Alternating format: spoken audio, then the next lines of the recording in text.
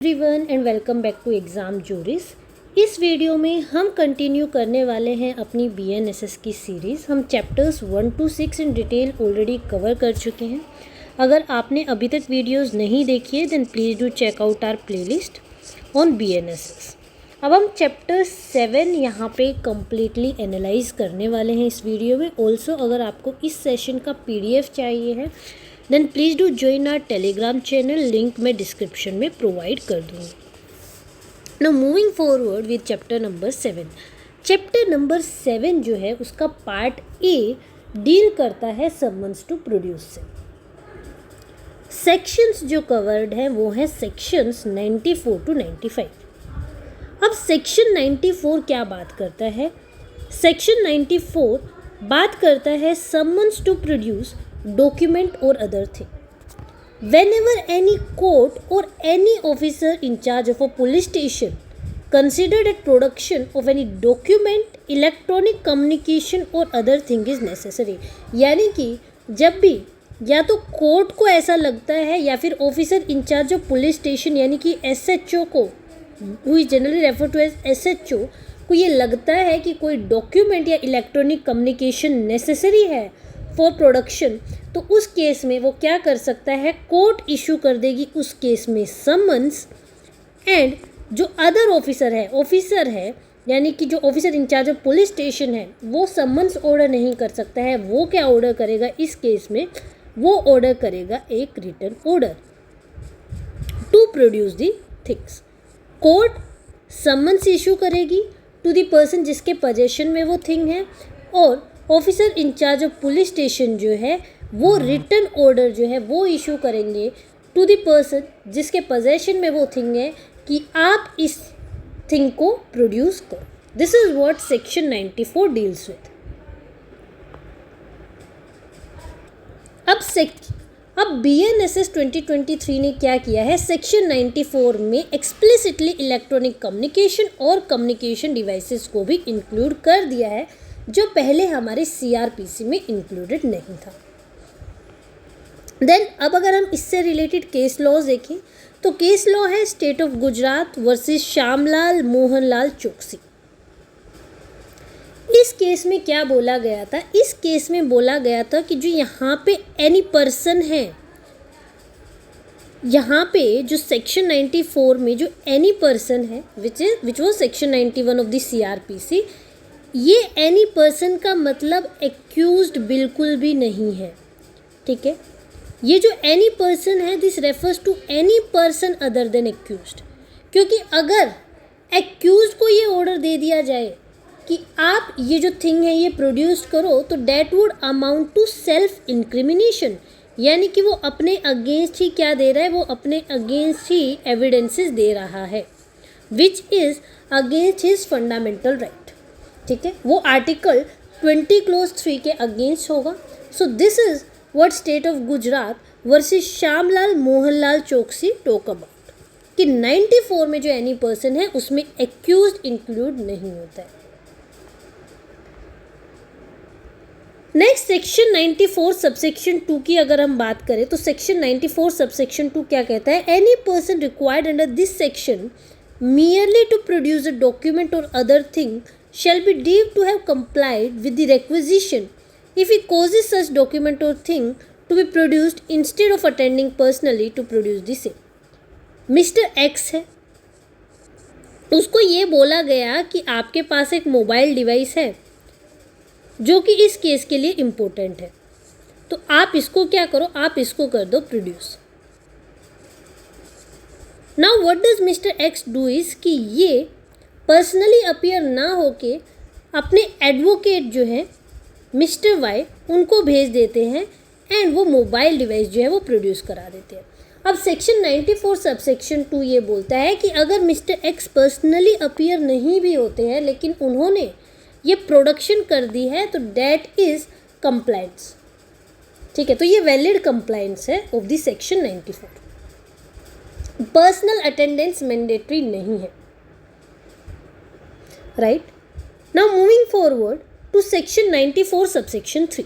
Section 94 subsection 3 क्या बात करता है? सेक्शन 94 सबसेक्शन 3 बात करता है कि सेक्शन 94 किन किन पर अप्लाई नहीं करेगा। Nothing in this section shall be deemed to affect sections 129 and 130 of भारतीय साक्ष्य अधिनियम और the bankers book evidence act. ना तो सेक्शन 129 और 130 ऑफ BSA पर अप्लाई करेगा, ना ही बैंकर्स बुक एविडेंस एक्ट पर अप्लाई करेगा section number 94। This section does not apply to a letter, post card, telegram और अदर डॉक्यूमेंट और एनी पार्सल और thing in the custody of the postal authority.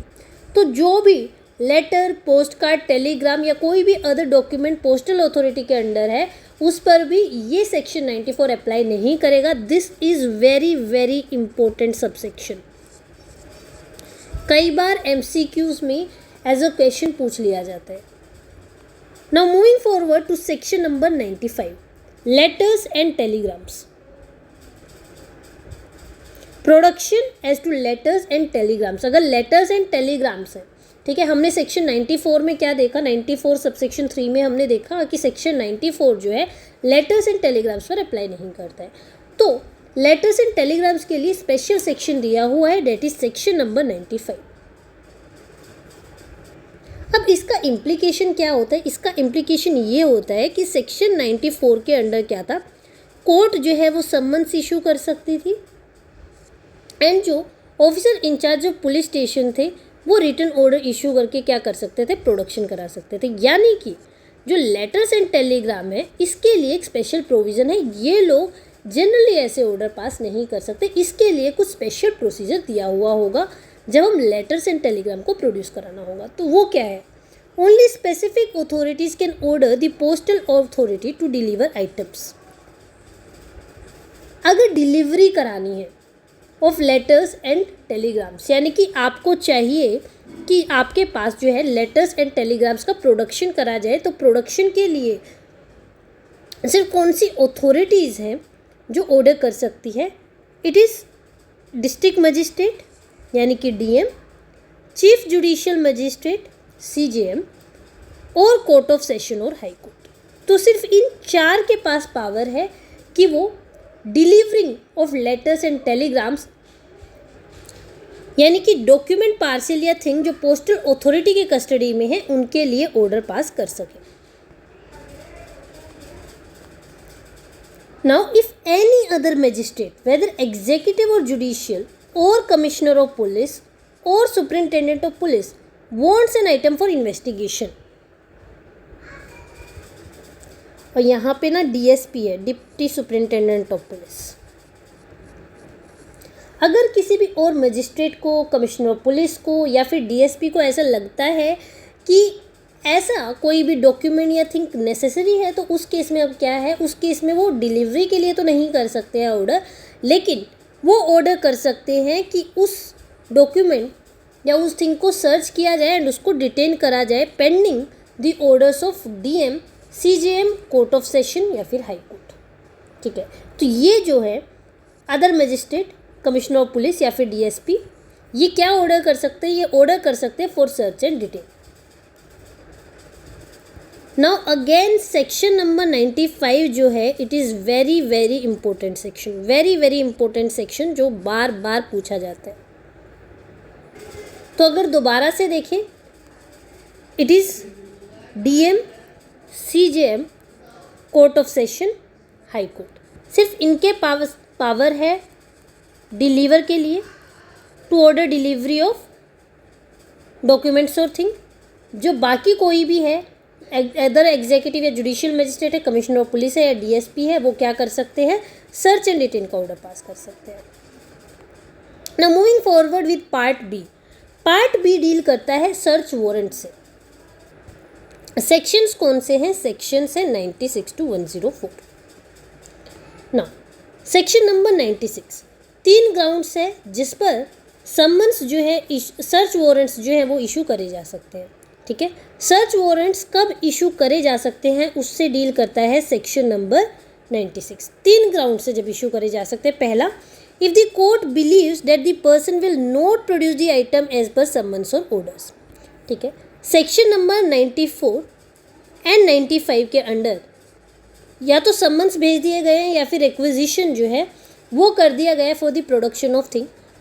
लेकिन court ये मानती है कि वो जो पर्सन है जिसको समन्स इशू करे गए हैं या फिर जिसको रिक्विजिशन भेजी गई है for the production of thing वो प्रोड्यूस नहीं करेगा, तो उस केस में कोर्ट क्या करेगी, कोर्ट इशू कर देगी सर्च वारंट। दूसरा, इफ द डॉक्यूमेंट और thing is not known to be in the possession of any person, ये है कि कोर्ट को पता ही नहीं है कि वो जो थिंग है वो किसके पोजेशन में है, उस केस में भी अब कोर्ट क्या करेगी, सर्च वारंट इशू कर सकती है कि आप इस चीज़ को ढूंढ के लेके आइए।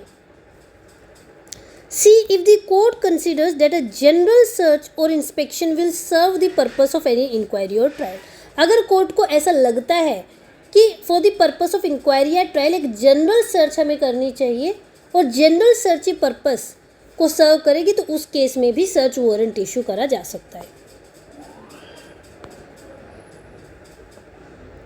नाउ रेस्ट्रिक्शंस एंड लिमिटेशंस क्या क्या है। जब कोर्ट सर्च वारंट्स इशू करती है तो उस सर्च वारंट में कोर्ट ये भी मेंशन कर सकती है कि कितने पार्ट में आप सर्च करोगे, आपको कौन सा पार्ट सर्च करना है या फिर आपको कौन सा पर्टिकुलर प्लेस पर जो है सर्च करनी है।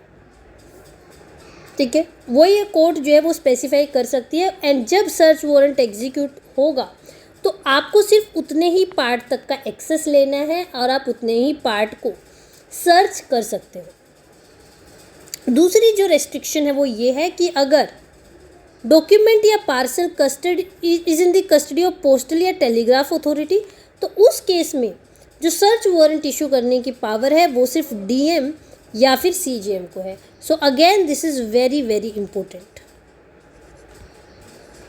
अगर पोस्टल अथॉरिटी या टेलीग्राफ अथॉरिटी के पास में कोई डॉक्यूमेंट या पार्सल है तो उस केस में सर्च वारंट सिर्फ डीएम या सीजीएम ही ऑर्डर कर सकता है। Very very important. अब अगर हम केस लॉ की बात करें तो केस लॉ है इससे related VS Kuttan Pillai versus Ramakrishnan.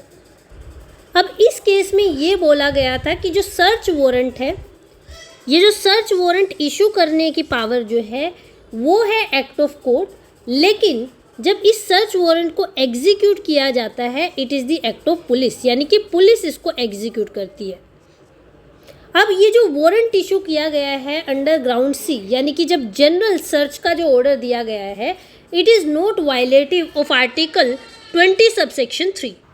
Y? Because जब सर्च वारंट इशू होता है उस केस में एक्यूज को कंपेल नहीं किया जा सकता है कि आप डॉक्यूमेंट प्रोड्यूस करो, बल्कि जो आइटम्स हैं वो पर्टिकुलरली सीज किए जाते हैं by the external forces, that is police उसको क्या करती है, सीज करती है।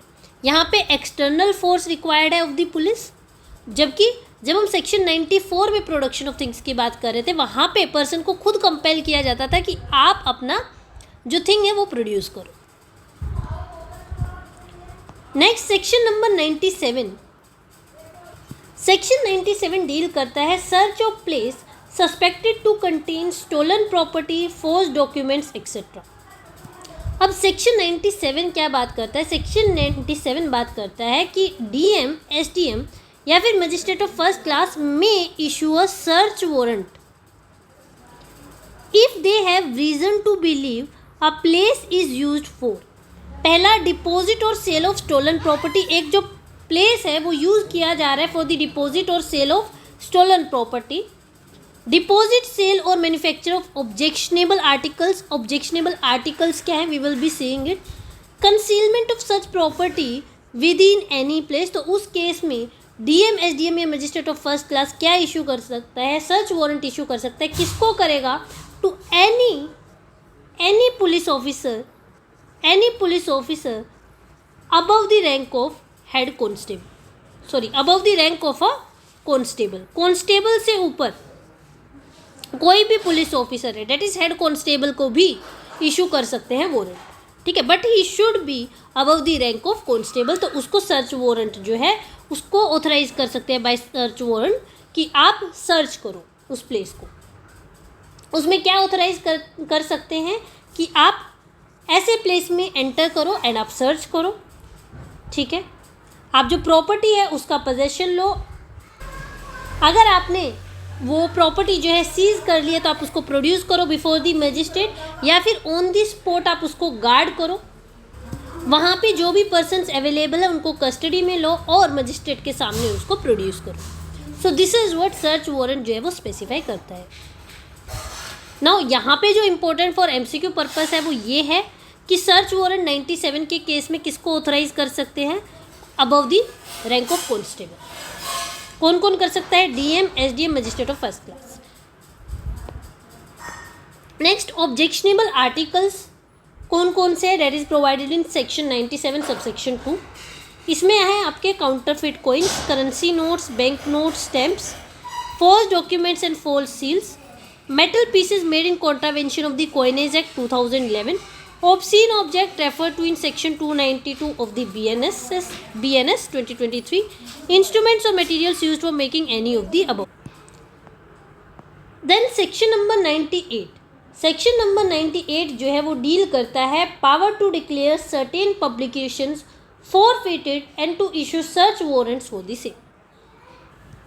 अब सेक्शन 98 क्या बोलता है? If any newspaper, book or document contains matter punishable under section 150 जो डील करता है endangering sovereignty से, sections 194 और 195 that deals with promoting enmity, sections 292 और 293 that deals with obscenity।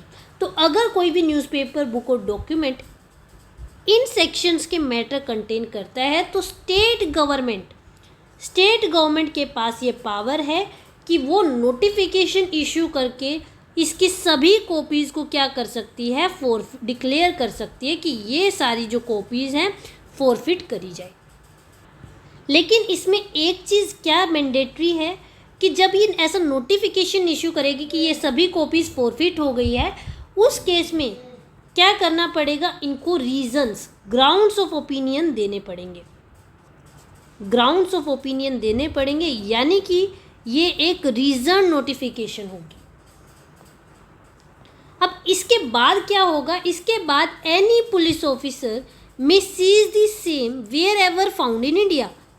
इसके बाद कोई भी पुलिस ऑफिसर जब ये फॉरफिट डिक्लेयर कर दी है स्टेट गवर्नमेंट ने, उसके बाद कोई भी पुलिस ऑफिसर अगर ये बुक्स, न्यूज़पेपर या डॉक्यूमेंट कहीं पे भी इंडिया में मिलता है तो कोई भी पुलिस ऑफिसर इसको सीज कर सकता है और कोई भी मजिस्ट्रेट बाय वारंट ऑथोराइज कर सकता है पुलिस ऑफिसर को who is not below the rank of sub inspector to enter upon and search the same. यानी कि कोई भी मजिस्ट्रेट सर्च वारंट इशू कर सकता है, लेकिन किसको? To the police officer above the rank of, not below the rank of sub inspector. यानी कि सब इंस्पेक्टर है उससे ऊपर होना चाहिए पुलिस ऑफिसर की रैंक। नाउ सेक्शन 99 जो है वो इन कंटिन्यूएशन है of section 98। Section 98 and 99 are interlinked. Now section 99 जो है वो डील करता है application to high court to set aside a declaration of forfeiture. Section 98 में जो फॉरफीचर का ऑर्डर आया है उसके अगेंस्ट में आप एप्लीकेशन फाइल करोगे अंडर सेक्शन 99। किसको? To the high court. Any person having interest in the newspaper और बुक में applied to the high court within 2 months of publication. 2 महीने के अंदर अंदर क्या करना है? जिस पर्सन का इंटरेस्ट है इन द न्यूज़पेपर और बुक जो फॉरफिट डिक्लेयर कर दी है बाय द स्टेट गवर्नमेंट, वो 2 महीने के अंदर अंदर जब वो फॉरफीचर का पब्लिकेशन हुआ इन द ऑफिशियल गैजेट, क्या करेगी? अप्लाई करेगी to the high court. Apply करेगा टू द हाई कोर्ट कि ये जो है सेक्शन 98(1) में इसको गलत फॉरफीचर का जो है पब्लिकेशन कर दी गई है। ग्राउंड क्या है? ग्राउंड ये मेंशन करेंगे कि जो मैटर है न्यूज़पेपर या डॉक्यूमेंट में या फिर जो बुक में, वो कोई भी ऐसा मैटर नहीं है जो कि 1998(1) में मेंशन है। ठीक है। वो कोई भी जो बुक पब्लिश हो रही है, न्यूज़पेपर पब्लिश हो रहा है या फिर जो डॉक्यूमेंट है उसमें कोई भी ऐसा मैटर इन्वॉल्व नहीं है जो सेक्शन 98(1) में मेंशन है। अब इस केस को हियर कौन करेगा? स्पेशल बेंच हियर करेगी, ठीक है, कंटेनिंग एटलीस्ट 3 और मोर जजेस, एटलीस्ट 3 जजेस होंगे या फिर 3 जजेस से ज़्यादा होंगे। अगर किसी भी कोर्ट में लेस देन 3 जजेस है तो उस केस में क्या होगा? स्पेशल बेंच जो होगी it shall be composed of all the जजेस ऑफ दैट हाई कोर्ट।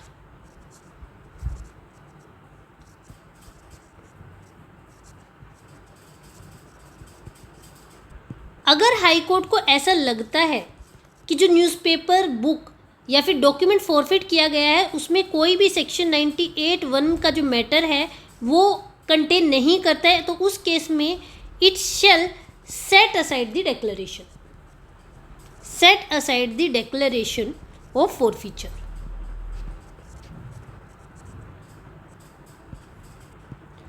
अगर स्पेशल बेंच के जजेस में डिफरेंस ऑफ ओपिनियन है, 2 जजेस ये बोलते हैं कि it does not contain the matter mention in section 98 clause 1, और जो थर्ड जज है वो ये बोलते हैं कि it does contain the matter under section 98(1) और ये वैलिड है डेक्लरेशन, और 2 बोलते हैं कि this is not a valid declaration. तो उस केस में हम क्या करेंगे? हम जाएंगे बाय मेजॉरिटी वाला जो रूल है वो फॉलो होगा। नेक्स्ट केस लॉ देख लेते हैं, Harnam Das versus State of Uttar प्रदेश।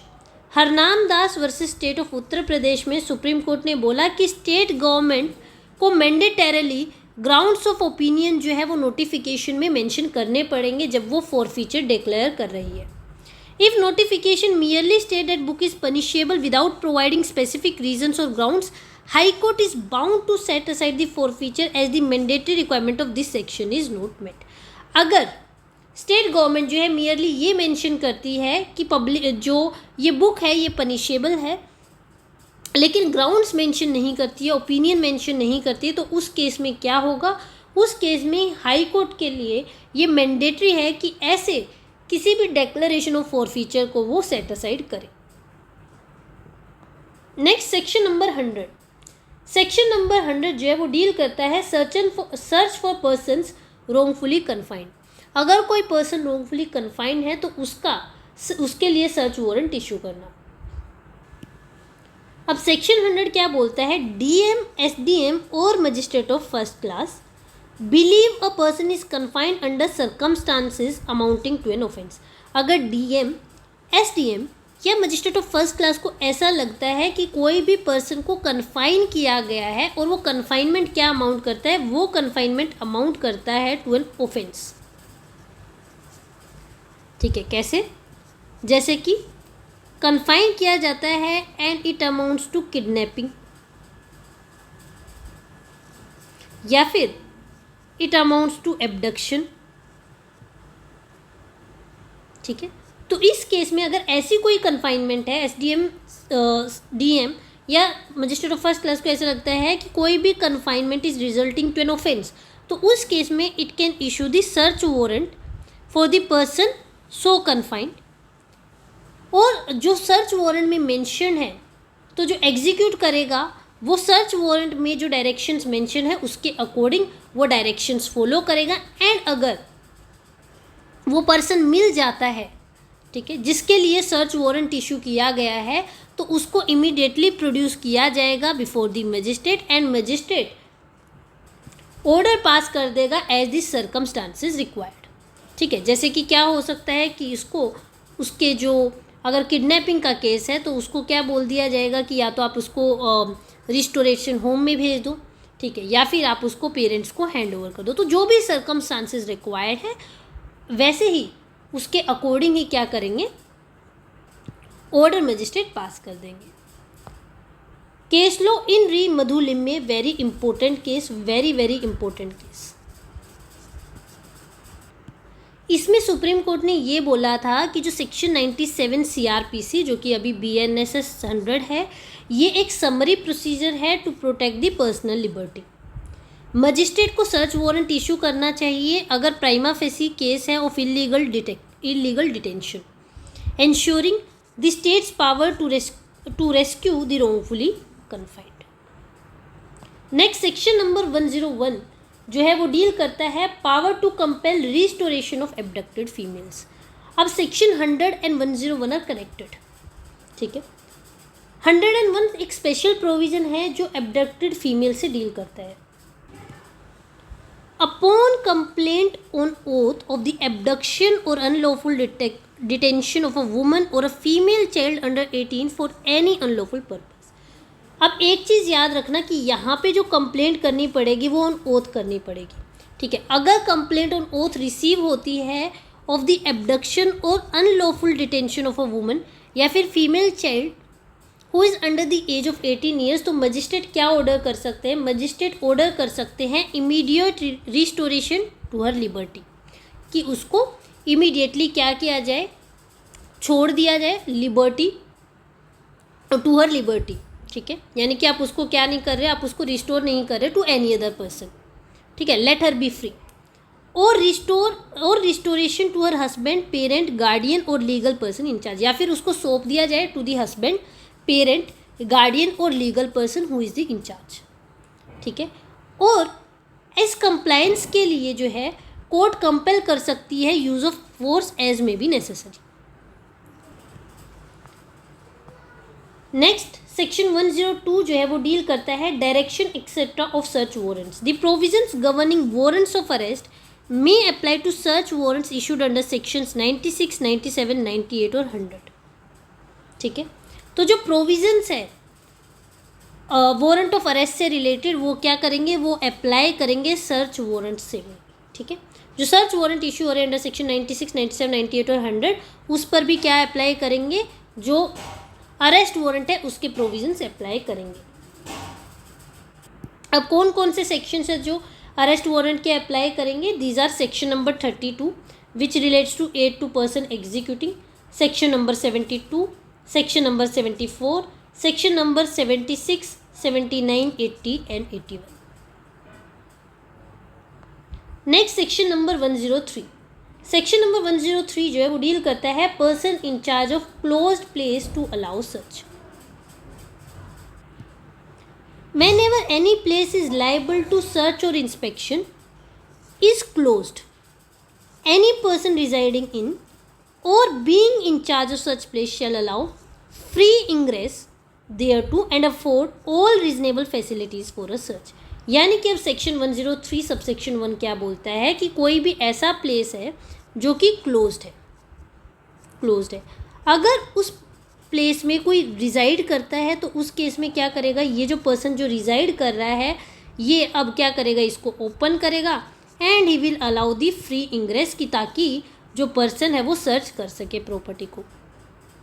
अगर मान लो रिज़ाइड नहीं कर रहा है, कोई ताला लगा है, ठीक है, इट इज़ लॉक्ड, यहाँ पे कोई रिज़ाइड नहीं करता, तो जो पर्सन इंचार्ज है वो अब क्या करेगा, इसको अनलॉक करेगा and will allow the person the free entry, ताकि वो क्या कर सके, सर्च कर सके.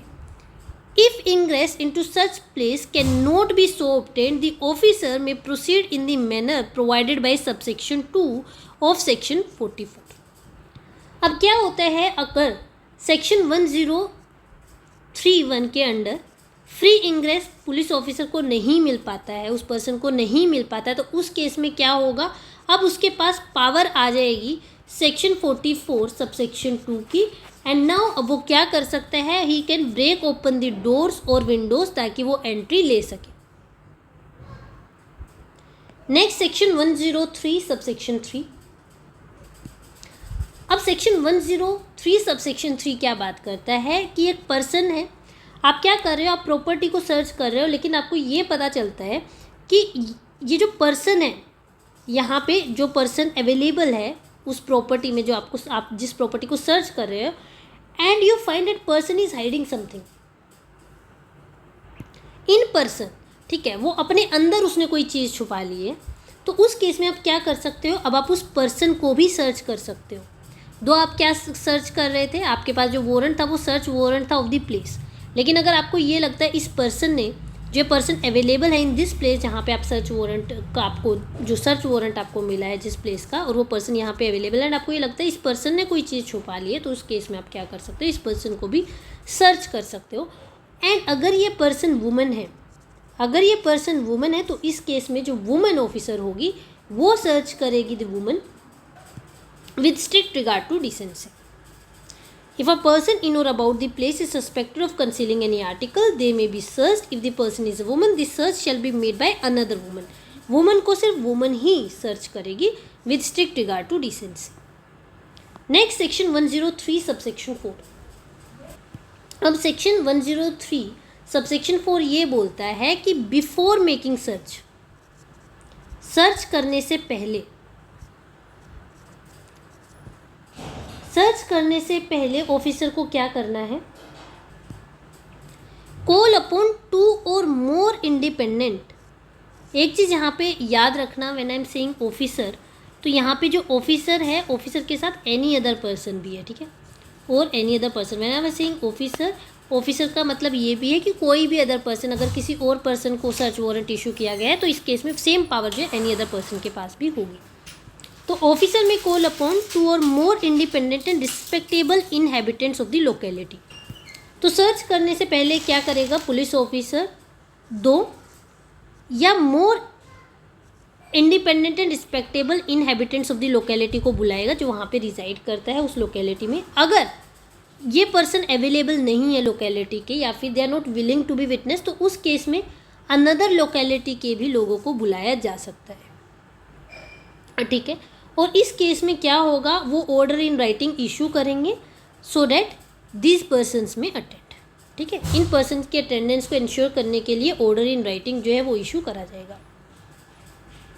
अब इसका मेन रीज़न क्या होता है, इसका मेन रीज़न ये होता है कि आप जो सर्च कर रहे हो, ठीक है, उसको टेस्टिफाई बाद में कोर्ट में करा जा सके by the witnesses. Next section number 103 subsection 5, ये क्या बात करता है, अब जब भी सर्च करी जाएगी तो एक लिस्ट बनाई जाती है सर्च की, जिसमें मेंशन किया जाता है कि उन्होंने कौन कौन सी जो चीज़ें हैं उनको सीज़ किया है, ठीक है। जैसे मर्डर वेपन सीज़ किया है, ठीक है, अगर कोई मर्डर वेपन मिला है आपने वो सीज़ किया है, आपको कोई करेंसी मिली है आपने वो सीज़ किए हैं, अगर आपको कोई स्टेन्ड क्लोथ्स मिले हैं आपने वो सीज़ किए हैं, ठीक है, अगर आपने कोई मोबाइल डिवाइसेस जो सीज़ किए हैं आपने वो सीज़ किए, तो आप ऐसे जो है लिस्ट बनाते हो, ठीक है।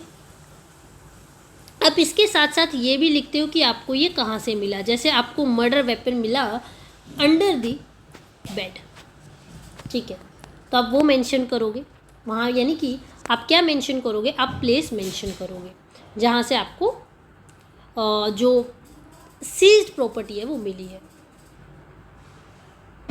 अब ये जो आपने लिस्ट बनाई है इसको साइन करेंगे both the witnesses, minimum 2 witnesses required है, यानी कि जितने भी विटनेसेस हैं वो इस लिस्ट को साइन करेंगे ना। वन थिंग जो सेक्शन 103 सबसेक्शन 5 बोलता है वो ये बोलता है कि ये विटनेसेस रिक्वायर नहीं करे जाएंगे to attend the court unless and until उनको स्पेशली सम्मन नहीं किया गया है।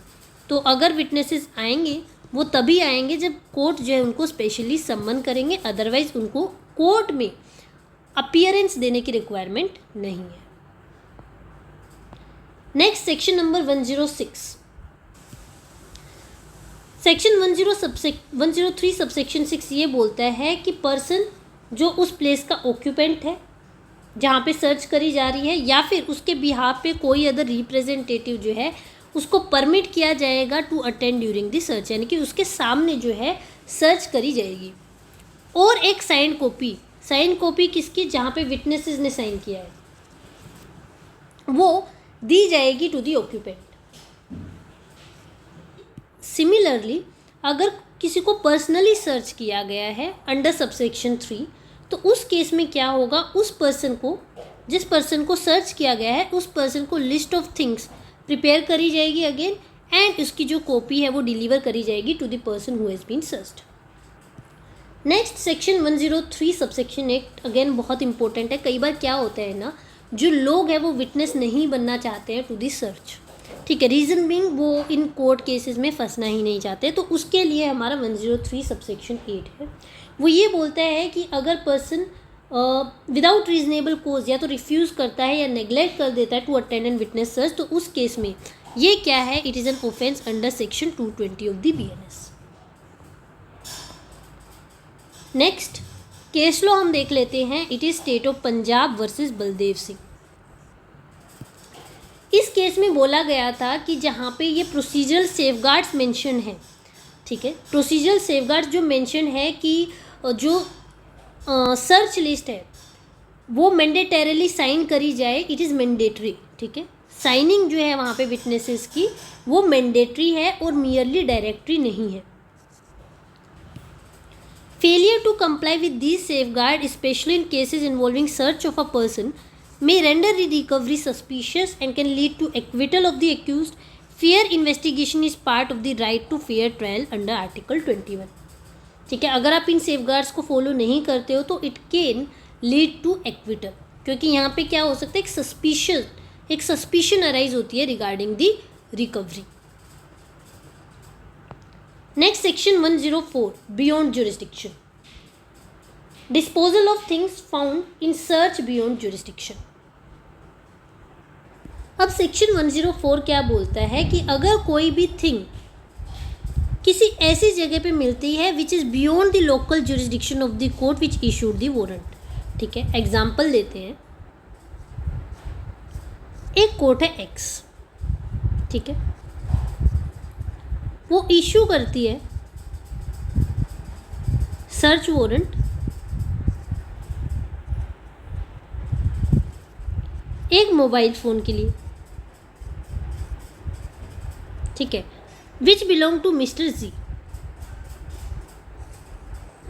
ठीक है।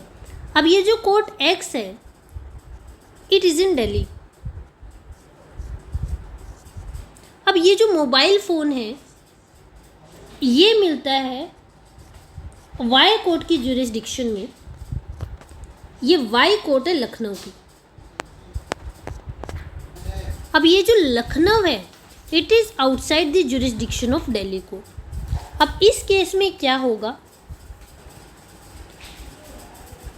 ये जो आपका थिंग है इसको लेके जाया जाएगा अलोंग विद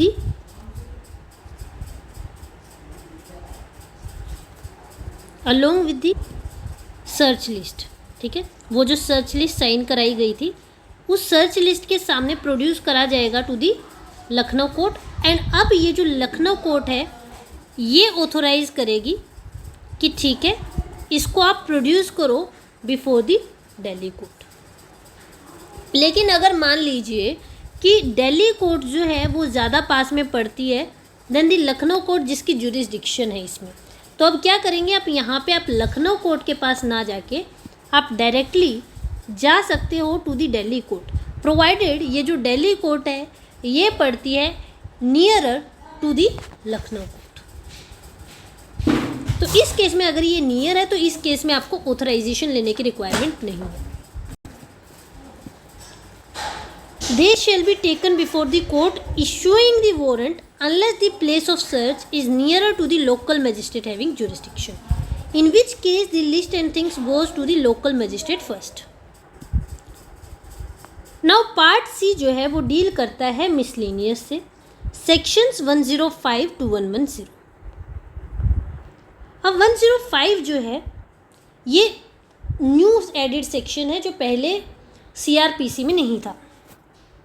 अब सेक्शन 105 जो है वो क्या बोलता है कि जब आप सर्च एंड सीजर का प्रोसेस कर रहे हो तो it shall be recorded through audio video electronic means, ठीक है, and preferably through mobile phone,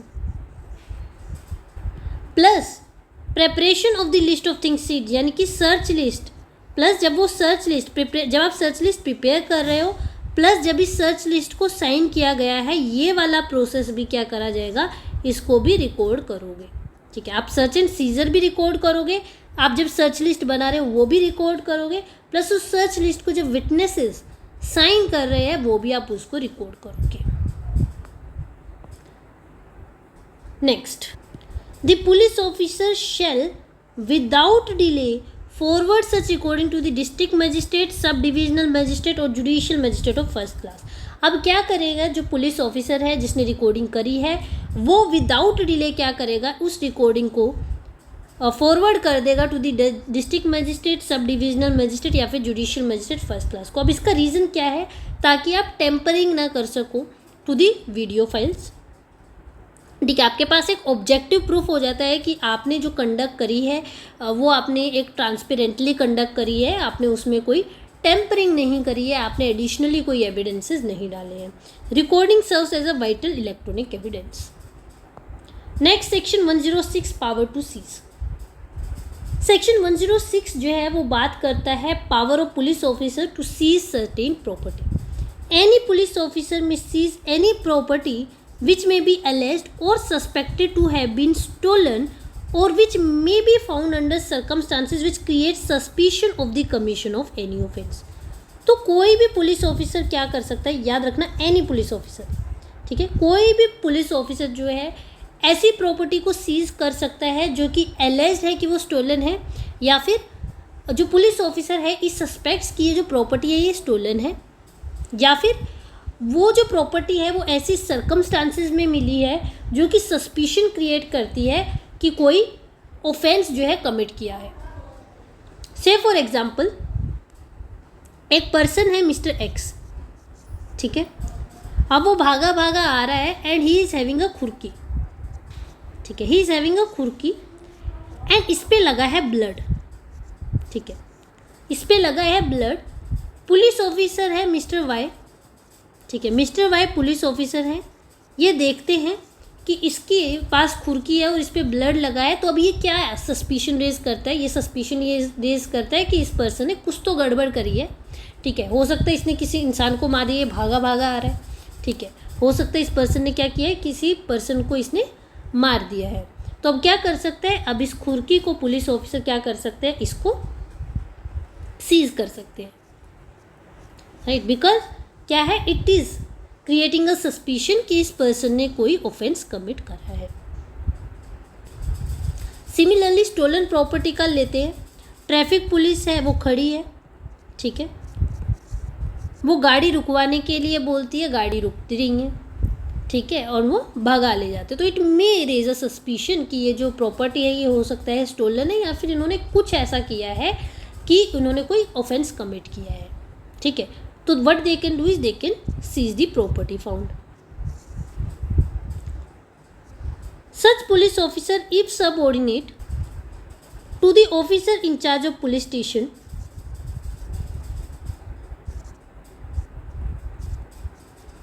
shall forthwith report the seizure to that officer in charge of police station। ठीक है, तो अगर ये ऐसा पुलिस ऑफिसर जिसने सीज कर लिया प्रॉपर्टी वो सब ऑर्डिनेट है to the officer in charge of police station, तो उस केस में अब ये पुलिस ऑफिसर क्या करेगा, इस सीजर को रिपोर्ट करेगा to the officer in charge of police station.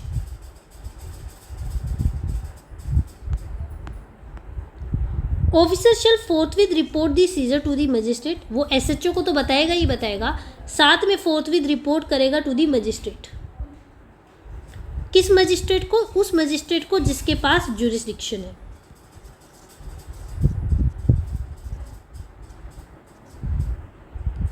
Also अगर प्रॉपर्टी ऐसी है, जो प्रॉपर्टी को सीज किया गया है वो प्रॉपर्टी ऐसी है जिसको कन्वीनियंटली ट्रांसपोर्ट नहीं करा जा सकता है टू दी कोर्ट, या फिर डिफ़िकल्टी आ रही है in securing proper accommodation for the custody of such property, या फिर continued retention of property in police custody necessary नहीं है, ठीक है, इन्वेस्टिगेशन के लिए, तो उस केस में क्या कर सकते हैं, उस केस में उस पर्सन से बॉन्ड फिल करा सकते हैं, और उस बॉन्ड में ये स्पेसिफाई करा जाता है कि वो पर्सन जो है प्रोड्यूस करेगा उस चीज़ को as and when required by the court.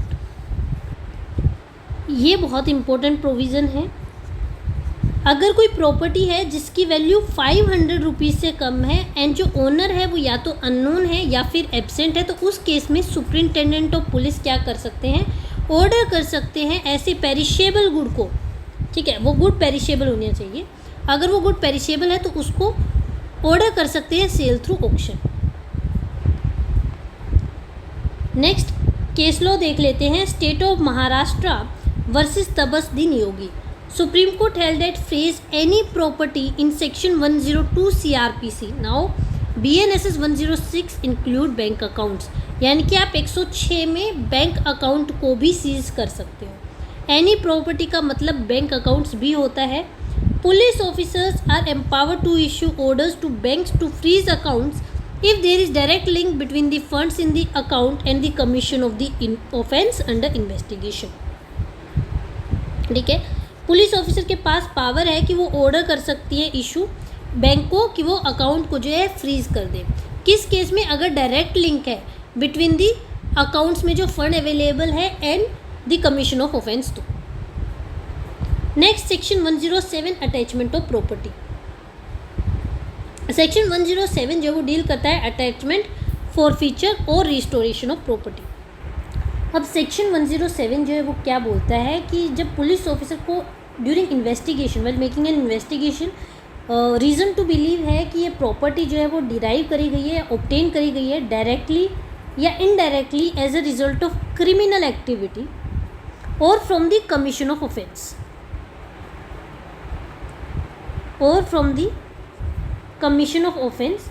तो इस केस में वो क्या करेगा? अप्रूवल लेगा एसपी या फिर कमिश्नर ऑफ पुलिस का, एंड इस अप्रूवल के बाद वो अप्लाई करेगा to the court for the attachment of such property. ठीक है, क्या करेगा? अगर उसको लगता है कि कोई प्रॉपर्टी है वो क्रिमिनल एक्टिविटी या कमीशन ऑफ ऑफेंस के थ्रू डिराइव या ऑब्टेन करी गई है, परमिशन लेगा एसपी या कमिश्नर ऑफ कमिश्नर का. ठीक है, अप्रूवल लेगा. किस लिए अप्रूवल लेगा? कि मेरे को कोर्ट में अप्लाई करना है, एप्लीकेशन फाइल करनी है for the attachment of property. अगर एसपी या कमिश्नर ने अप्रूवल दिया है तो ही कोर्ट के पास एप्लीकेशन फाइल कर सकते हैं. अगर एसपी या कमिश्नर ने अप्रूवल नहीं दिया है तो आप अप्लाई नहीं कर सकते हो under section 107. Very important thing. फिर सेक्शन 107 सबसेक्शन 2 क्या कहता है? If the court or judicial magistrate has reason to believe whether before or after taking evidence, whether before or after taking evidence, that all or any of such property are proceeds of crime, the court or magistrate may issue a notice upon such person calling upon him to show cause within a period of 14 days as to why an order of attachment shall not be made. अब क्या कहते हैं? Court या judicial magistrate अब क्या कर सकता है? या तो एविडेंस लेने से पहले वो सेटिस्फाइड है कि प्रोसीड्स ऑफ क्राइम है, मतलब प्राइमा फेसी वो सेटिस्फाई हो गया कि हाँ ये जो प्रॉपर्टी है ये ऑब्टेन करी गई है, they are the proceeds of crime. ठीक है, या फिर एविडेंसेस लेने के बाद उनको ये लगता है कि yes these are the proceeds of crime. तो दोनों ही केस में कोर्ट या जुडिशियल मजिस्ट्रेट क्या करेगा? नोटिस इशू कर देगा अगेंस्ट द पर्सन जिसके अगेंस्ट जिससे ये जो प्रॉपर्टी है ये रिकवर हुई है. ठीक है, कर देगा. और इस नोटिस में वो स्पेसिफाई करेगा कि उनके पास 14 दिन का टाइम है. ठीक है, इसका रिप्लाई करें कि ये जो प्रॉपर्टी है इसके अगेंस्ट में ऑर्डर ऑफ अटैचमेंट क्यों पास नहीं करा जाना चाहिए, क्यों ये जो प्रॉपर्टी है इनको अटैच नहीं करना चाहिए. Where the notice specify any property is being held by any other person on behalf of such person, a copy of notice shall also be served upon such other person. जहाँ पे notice issue किया गया under subsection 2 ये specify करता है notice कि property जो है वो पर्सन होल्ड नहीं कर रहा है जिसके अगेंस्ट में सेक्शन 107 सबसेक्शन 2 का नोटिस इशू किया है, बल्कि उसके बिहाफ पे कोई और पर्सन जो है इस प्रॉपर्टी को होल्ड कर रहा है. तो इस केस में दोनों को नोटिस जाएगा. वो पर्सन जिसके अगेंस्ट में सेक्शन 107 सबसेक्शन 2 के अंडर इशू हुआ है, यानी कि जिसने क्राइम कमिट किया है. ठीक है, जिसने क्राइम कमिट किया है उसके पास भी जाएगा, प्लस उसके बिहाफ पे अगर कोई और पर्सन उस प्रॉपर्टी को होल्ड कर रहा है तो उसके पास भी एक नोटिस की कॉपी जाएगी. ठीक है, तो ये दोनों के अगेंस्ट में इशू होता है. वो पर्सन जो उसके बिहाफ पे होल्ड कर रहा है उसको भी, और जिसका वो प्रोसीड्स ऑफ क्राइम है उसको भी, दोनों को नोटिस है. Section 107 subsection 4 after hearing explanation और opportunity being heard, court may pass attachment order ex parte if no appearance in 14 days. वो वेट करेंगे जो नोटिस का रिप्लाई आता है उसका, ठीक है। अब वो जो नोटिस के रिप्लाई में जो एक्सप्लेनेशन दी है, ठीक है, वो कोर्ट उसको कंसीडर करेगी, मटेरियल फैक्ट अवेलेबल है उसको एनालाइज करेगी and opportunity of being heard देगी टू द पर्सन जिसके अगेंस्ट में नोटिस इशू हुआ है। एंड अगर कोर्ट को ये लगता है कि ये प्रोसीड्स ऑफ क्राइम है तो उस केस में अटैचमेंट ऑर्डर पास कर सकते हैं, अगर प्रोसीड्स ऑफ क्राइम है तो। एंड इन केस 14 दिन के अंदर कोई अपीयरेंस नहीं आता है तो आप एक्स पार्टी भी प्रोसीड कर सकते हैं एंड अटैचमेंट का ऑर्डर जो है पास करा जा सकता है। नेक्स्ट सबसेक्शन 5 जो है वो डील करता है एक्स पार्टी इंटीम ऑर्डर से। अगर कोर्ट को ऐसा लगता है कि नोटिस देने से ऑब्जेक्ट ऑफ अटैचमेंट डिफीट हो जाएगा या फिर ऑब्जेक्ट ऑफ सीजर जो है वो डिफीट हो जाएगा, यानी कि क्या हो सकता है कि हम नोटिस इशू करें और जो पर्सन है वो प्रॉपर्टी को क्या कर दे, डिस्पोज ऑफ कर दे, ठीक है। तो उस केस में कोर्ट क्या कर सकती है, इंटीम ऑर्डर पास कर सकती है ऑफ एक्स पार्टी अटैचमेंट, ठीक है। इस केस में अटैचमेंट ऑर्डर कर सकते हैं by interim order ex parte, ठीक है।